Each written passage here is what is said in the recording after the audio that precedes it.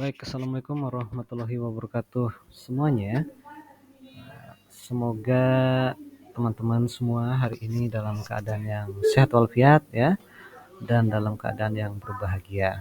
Sebelum kita mulai mata kuliah hari ini, marilah kita berdoa bersama-sama menurut agama dan keyakinan kita masing-masing. Bagi yang beragama Muslim, marilah kita berdoa agar apa yang kita lakukan hari ini bernilai ibadah di sisi Allah Subhanahu wa Ta'ala ya. Amin. Setelah kemarin teman-teman melakukan submit di e-learning terkait dengan progres project besar kita semua ya, yang yaitu adalah bisnis model Canva ya. Hari ini maka kita akan belajar seperti biasa pada materi kelima yang berjudul perusahaan dan lingkungan perusahaan. Pertama kita akan masuk ke dalam pengertian perusahaan terlebih dahulu ya, yaitu perusahaan ialah suatu tempat untuk melakukan kegiatan proses produksi barang atau jasa. Hal ini disebabkan karena kebutuhan manusia tidak bisa digunakan secara langsung dan harus melewati sebuah proses di suatu tempat, sehingga inti dari perusahaan ialah tempat melakukan proses sesuatu barang atau jasa sampai bisa langsung digunakan oleh manusia. Jadi manusia tidak sama dengan makhluk hidup lain yang bisa memenuhi kebutuhannya secara langsung. Bahkan untuk minum air saja kita harus memastikan bahwa airnya sudah matang ya, atau airnya sudah bersih dan lain sebagainya. Untuk makan juga, produk makanan kita juga harus mengolahnya terlebih dahulu ya, kecuali mungkin di Jepang ya, sushi itu kan langsung dari ikan dipotong dimakan ya kalau di sana ya. Nah, tapi secara umum atau sebagian besar ya manusia itu kebutuhannya dipenuhi melalui suatu proses ya. Nah, jadi perusahaan itu adalah tempat untuk melakukan proses tersebut, teman-teman. Untuk menghasilkan barang siap konsumsi, perusahaan memerlukan bahan-bahan dan faktor pendukung lainnya, seperti bahan baku, bahan pembantu, peralatan, dan tenaga kerja. Untuk memperoleh bahan baku dan bahan pembantu serta tenaga kerja dikeluarkan sejumlah biaya yang disebut dengan biaya produksi. Jadi untuk menghasilkan suatu produk atau jasa, ya, perusahaan tentu saja membutuhkan perlengkapan dan peralatan. Ya. Kalau perlengkapan itu yang habis pakai, contohnya adalah bahan baku, misalnya perusahaan yang memproduksi sosis ya, bahan bakunya daging gitu ya, saus ya, dan lain-lain. Kemudian ada bahan pembantu. Apa tuh bahan pembantu ya? Yang bisa membantu suatu proses produksi ya, misalnya kayak lampu mungkin ya, dan lain-lain, atau mungkin bumbu-bumbuan ya untuk membantu itu proses produksinya. Kemudian ada peralatan ya, peralatan itu ya seperti mesin produksi dan tenaga kerja, yaitu adalah karyawan atau orang yang mengoperasionalkan ya alat-alat atau peralatan tadi. Semua biaya yang dikeluarkan untuk hal-hal tersebut disebut dengan biaya produksi ya, teman-teman. Lanjut. Faktor-faktor pokok penentu pemilihan lokasi industri, teman-teman. Ada 5 ya faktor penentu untuk lokasi produksi. Pertama adalah letak dari sumber bahan mentah untuk produksi. Jadi lokasi industri ya, lokasi industri atau lokasi produksi atau pabrik ya istilahnya. Itu teman-teman harus pastikan bahwa dia itu tidak terlalu jauh dari bahan mentahnya. Tujuannya apa? Untuk menghemat terkait dengan eh, biaya produksi tadi ya. Misalnya biaya pengiriman dan lain-lain. Nah, karena di sini adalah perencanaan bisnis ya. Kalau kita kerucutkan menjadi perencanaan UMKM gitu ya. Misalnya teman-teman mau jualan apa gitu ya, misalnya jus stroberi dan lain sebagainya ya, maka harus dekat ya dengan sumber bahan baku Anda. Kemudian adalah letak dari pasar konsumen. Jadi kan setiap perusahaan atau setiap produk dan jasa itu punya konsumennya masing-masing ya. Tentu beda produk, beda konsumennya. Misalnya kayak minuman manis, ya konsumennya ya anak-anak muda gitu ya. Karena orang tua kan cenderung minumannya lebih sehat ya. Kalau minum manis nanti diabetes dan lain sebagainya. Nah, jadi kita harus pastikan.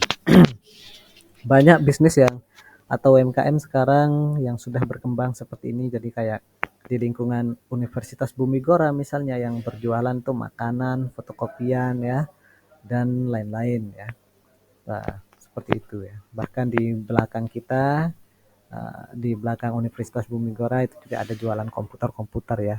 Jadi mengakomodir memang pasar konsumen di Mataram kan butuh tuh komputer ya, karyawan banyak, mahasiswa banyak. Nah, seperti itu contohnya.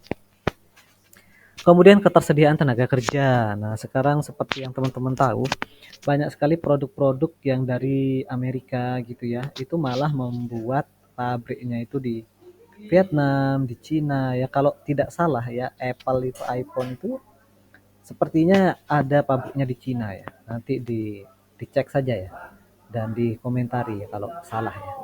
Kemudian sepatu Adidas ya. Adidas itu kan ada di Vietnam kalau tidak salah. Tujuannya apa? Ya, karena di sanalah tenaga kerjanya tersedia gitu.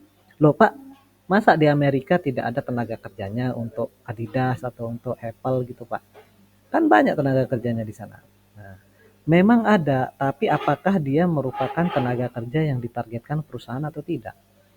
Perusahaan kan punya targetnya, keuntungannya berapa, kos produksinya berapa.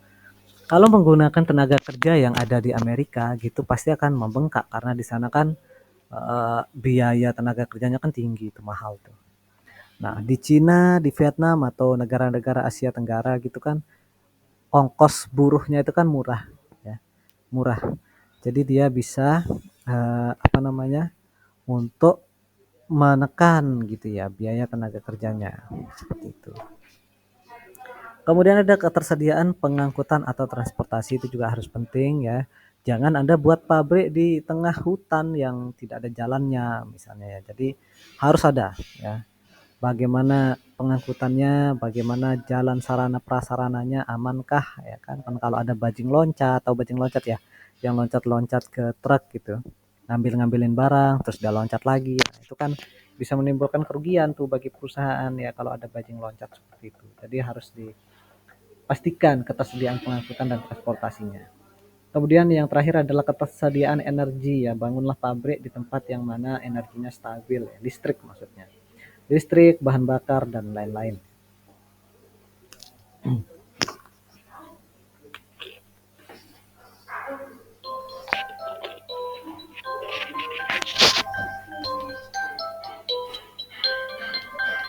Kemudian ada perusahaan sebagai suatu sistem ya teman-teman.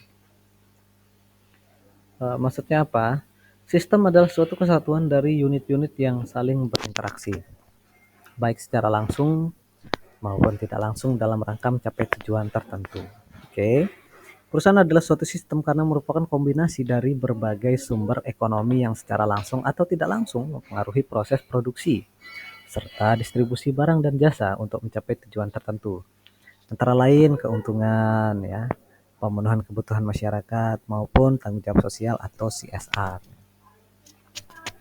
Adapun fungsi-fungsi perusahaan nih, yang pertama adalah fungsi operasi. Ya.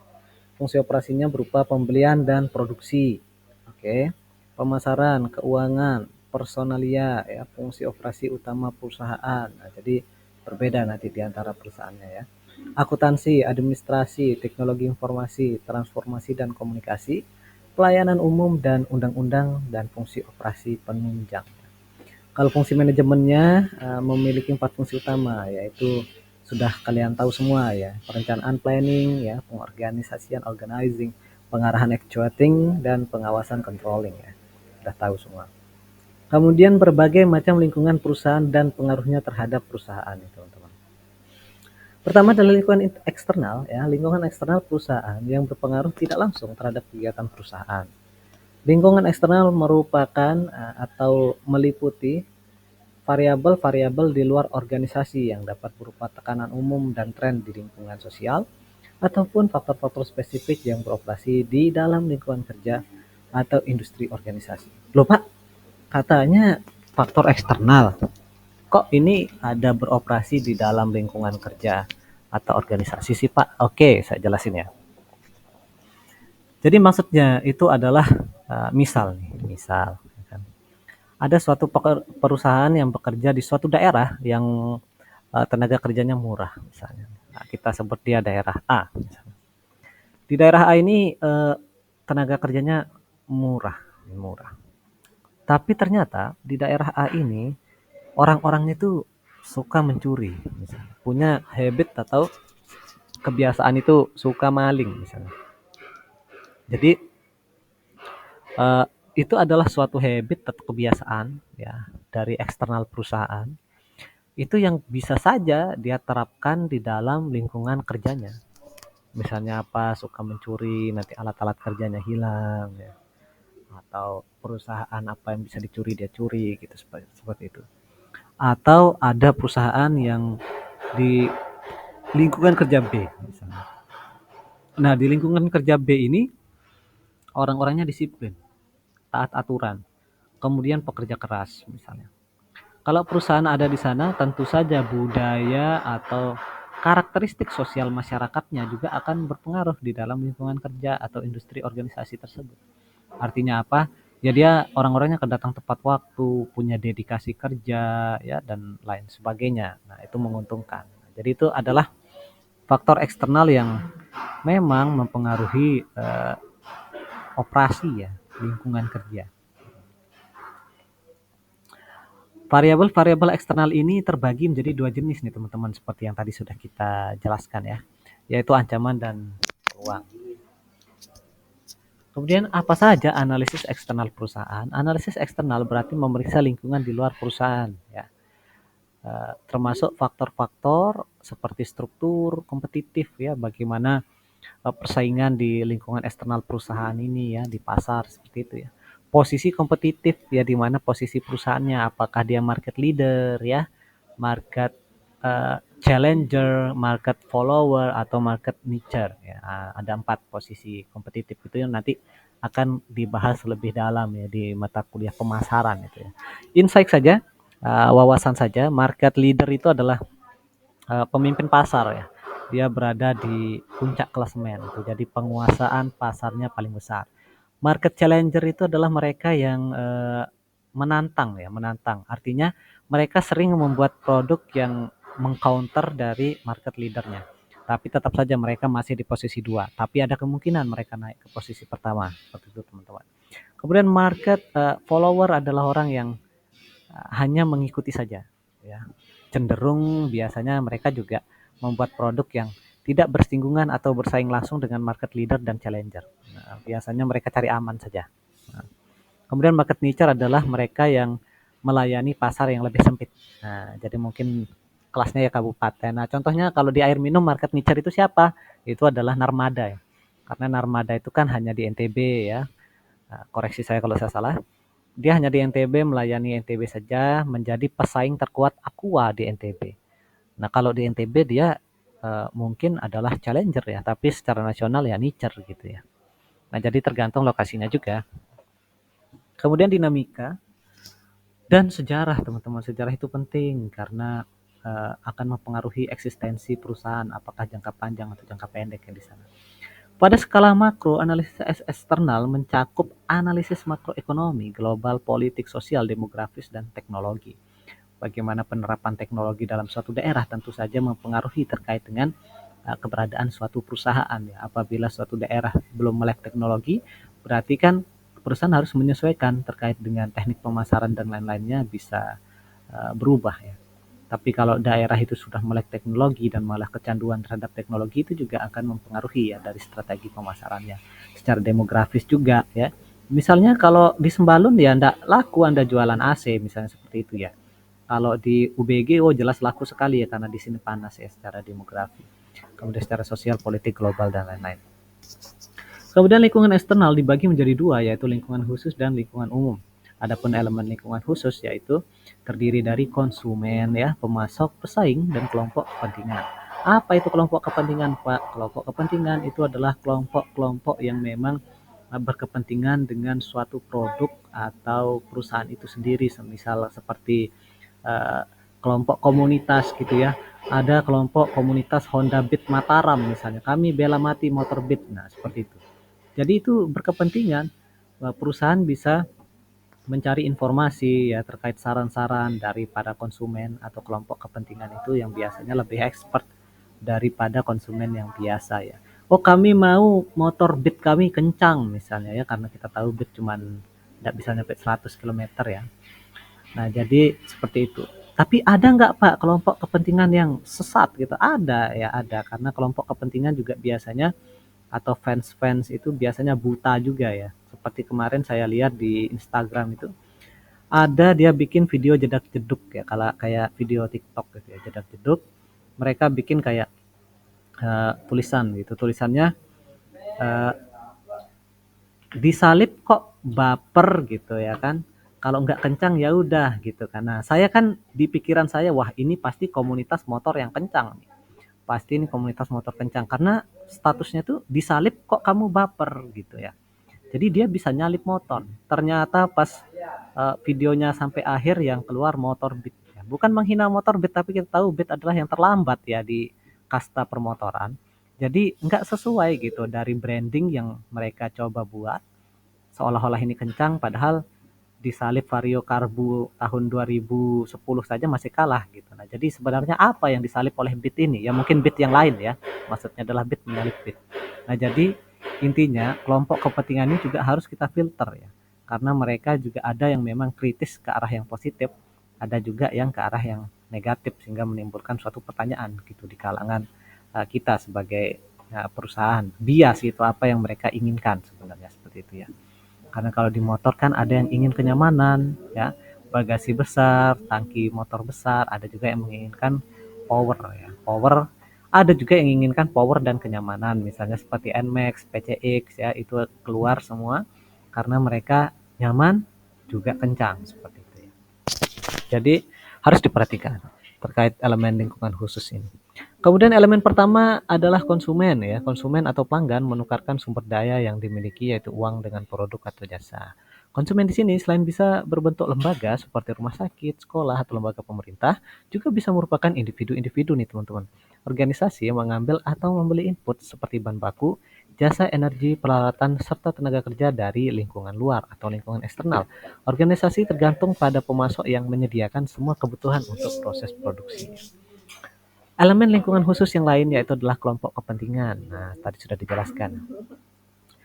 Nah, ini misalnya rumah sakit harus memperhatikan kelompok di luar yang berkepentingan terhadap organisasi, yaitu kelompok dokter, ya, kelompok perawat, dan pasien. Nah, tadi kalau di industri otomotif ya, komunitas, penggemar, dan lain-lain ya. Kelompok ini dapat memberikan pressure atau tekanan bila organisasi melakukan kesalahan. Ya, sebagai contoh sering kita dengar kasus malpraktek suatu rumah sakit atas pasien yang banyak mendapat perhatian dari masyarakat. Kemudian ada lingkungan umum nih teman-teman. Elemen-elemen lingkungan umum meliputi sosial budaya, hukum, ekonomi, politik, dan teknologi. Variabel sosial antara lain berupa demografik, gaya hidup, dan nilai-nilai sosial. Variabel sosial budaya berkaitan dengan etika, benar salah, dan tugas wajib. Nah, jadi sosial budaya ini kan terkait dengan etika yang beberapa hari yang lalu memang sempat gencar di debat capres ya, terkait dengan etika. Nah, itu sosial budaya. Benar salah. Pak, benar salah ini di semua lingkungan umum memang sama, Pak. Beda ya, beda ya. Jadi di Lombok mungkin yang benar di sini belum tentu benar di tempat lain. Ya. Ada kayak gini nih. Ada kalau di Lombok kan kita makan sambil mecak-mecak gitu ya, kayak nah kayak teman saya namanya Memi, dia makannya seperti itu. Kalau di Lombok itu tidak benar itu ya. Itu tidak sopan masa makan gitu ya. Itu tidak benar ya. Tapi ada daerah di Pulau Jawa yang mana kalau kita bertamu ke rumahnya, kemudian makan kita tidak mecak, gitu, mecak ya istilahnya ya, itu mereka akan tersinggung.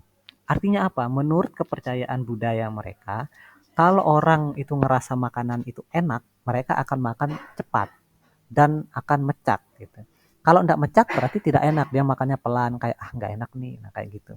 Tapi kalau di Lombok kan kita tidak mecak itu kan karena tidak sopan ya. Jadi walaupun enak kita juga berusaha makan yang estetik gitu ya. Nah, seperti itu. Kemudian perkembangan penduduk, angkatan kerja, struktur kerja, partisipasi kerja, dan pendidikan mempengaruhi nilai-nilai sosial budaya. Nah, jadi di sini angkatan kerja, struktur ya, pendidikan ya, orang yang berpendidikan dan tidak berpendidikan itu akan mempengaruhi terkait dengan nilai-nilai sosial budaya. Demografik atau keadaan penduduk pada suatu wilayah seperti bertambahnya usia angkatan kerja, hal ini membawa perubahan bagi organisasi ini. Karena akan mempengaruhi besarnya pasokan tenaga kerja yang tadi sudah kita bahas. Demografi juga membentuk pasar untuk beraneka ragam produk yang disebabkan oleh baby boomers ya di era dulu ya. Misalnya kan setelah baby boomers itu terjadi kalau tidak salah setelah Perang Dunia Kedua, karena Perang Dunia Kedua adalah konflik bersenjata paling mematikan ya umat manusia. Jadi banyak sekali yang meninggal ya era itu, mungkin surga dan neraka itu penyumbang besarnya ya pada era Perang Dunia Kedua itu. Jadi banyak banget yang meninggal secara serempak gitu ya. Masuk ke alam kubur untuk menunggu ke surga dan neraka seperti itu. Penyumbangnya terbesar di sana mungkin dari semua konflik ya. Nah, karena perang berakhir, tentu banyak posisi-posisi yang kosong di saat ini ataupun perhitungannya di masa depan ya. Sehingga pemerintah itu menggalakkan yang disebut dengan baby boomers. Jadi semua wanita silahkan punya anak yang banyak gitu era itu. Punya anak banyak agar populasi dunia ini terselamatkan ya, karena terlalu sedikit. Wah, korbannya banyak sekali. Tapi ternyata baby boomers itu sekarang menjadi masalah ya. Sekarang kalau kita lihat populasi kebanyakan kalau sekarang ya. Jadi banyak persaingan kerja yang nggak dapat kerja, terus eh, pengangguran ya, dan lain-lain ya. Harusnya dibiarkan saja bayi itu lahir apa adanya ya harusnya ya. Karena ini juga udah kebanyakan populasi nih. Kebanyakan populasi menimbulkan banyak masalah, sehingga kan banyak juga film-film yang rasis terkait dengan populasi ya. Kalau kalian tahu The Purge, kalau tulisannya Purge itu kan sudah sekarang sampai Forever Purge ya di tahun 2022 kayaknya, apa 2000 ya 22 kayaknya. Itu kan bentuk rasisme terkait dengan banyaknya populasi. Di film itu dijelaskan bahwa populasi itu menimbulkan masalah sehingga harus dikurangi dengan cara mengadakan suatu turnamen kekerasan gitu ya, yang ikut akan dibayar. Nah, itu kan bentuk suatu rasisme terhadap populasi yang terlalu banyak ya, sama seperti film Resident Evil itu juga bentuk rasisme. Jadi mereka memusnahkan populasi itu dengan sengaja gitu, karena kebanyakan menimbulkan masalah-masalah baik itu iklim dan lain sebagainya. Nah, kemudian gaya hidup juga membawa pengaruh terhadap organisasi. Sebagai contoh, meningkatnya pola hidup konsumtif masyarakat perkotaan mendorong mereka untuk membeli barang-barang yang bermerek dan selalu up to date. Ya. Beda sama masyarakat desa ya. Kalau masyarakat desa kan cenderung biasa saja. Ya. Hal ini mendorong organisasi untuk lebih menghasilkan produk mutu dan kualitas produknya. Kalau di kota, ada iPhone baru, misalnya iPhone 16, wah kami harus up to date. Ya. Jadi kami harus beli gitu kalau di kota. Jadi produk-produk terbaru, wah ada motor baru Honda Stylo misalnya. Kalau mau dipandang keren di depan mertua atau di depan pacar ya, motornya harus baru begitu kalau di masyarakat kota. Saya yang merupakan masyarakat desa, yang kecil dan besar di desa itu tidak saya temukan ya. Kalau di desa cenderung masyarakat itu sederhana ya.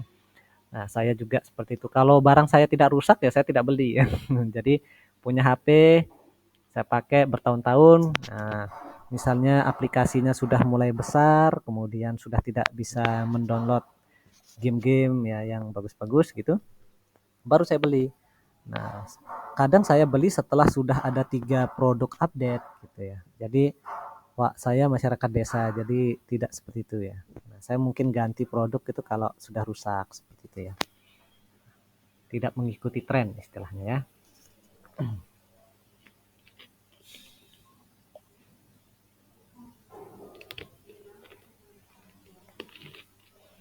Nah, dan masyarakat desa itu biasanya menerima ya. Saya waktu di Jogja ya kan, tidak ada yang kayak ya lo harus punya ini, punya itu, punya ini biar kelihatan keren. Kalau di Jogja gitu di desa saya namanya Sanden ya. Sanden di sana biasa saja, orang masih biasa saja ya, tidak ada yang saling menghina, mengolok dan lain sebagainya ya.